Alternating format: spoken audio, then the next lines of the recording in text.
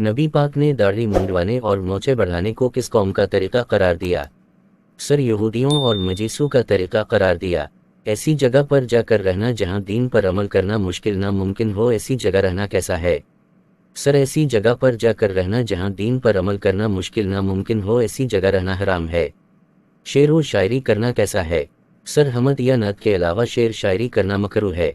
वो कौन सा अमल है जिसका सवाब अल्लाह पाक खुद देंगे?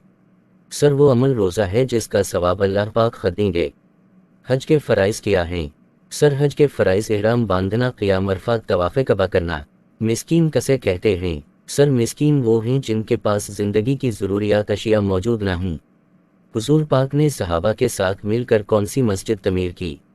सर, हुज़ूर पाक ने सहाबा के साथ मिलकर मस्जिद नबवी और मस्जिद कुबा तमीर की। नबी पाक का ख़ानदान कुरैश की किस शाख से ताल्लुक़ रखता है? सर, नबी पाक का ख़ानदान कुरैश की बनी हाशिम से ताल्लुक़ रखता है। हुज़ूर पाक कब पैदा हुए? सर, हुज़ूर पाक 20 अप्रैल 571 को पैदा हुए। हुज़ूर पाक किस दिन पैदा हुए? सर, हुज़ूर पाक सोमवार को पैदा हुए। हुज़ूर पाक के नाना का क्या नाम था? सर, हुज़ूर पाक के नाना का नाम वहब बन अब्दुल मनाफ था। मुसलमानों के पहले क़िबले का क्या नाम था? सर, मुसलमानों के पहले क़िबले का नाम बनु जरहम था। सबसे पहले खतना किसने किया?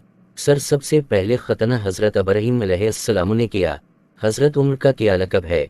सर, हज़रत उमर का लक़ब अमीर अल मोमिनीन है।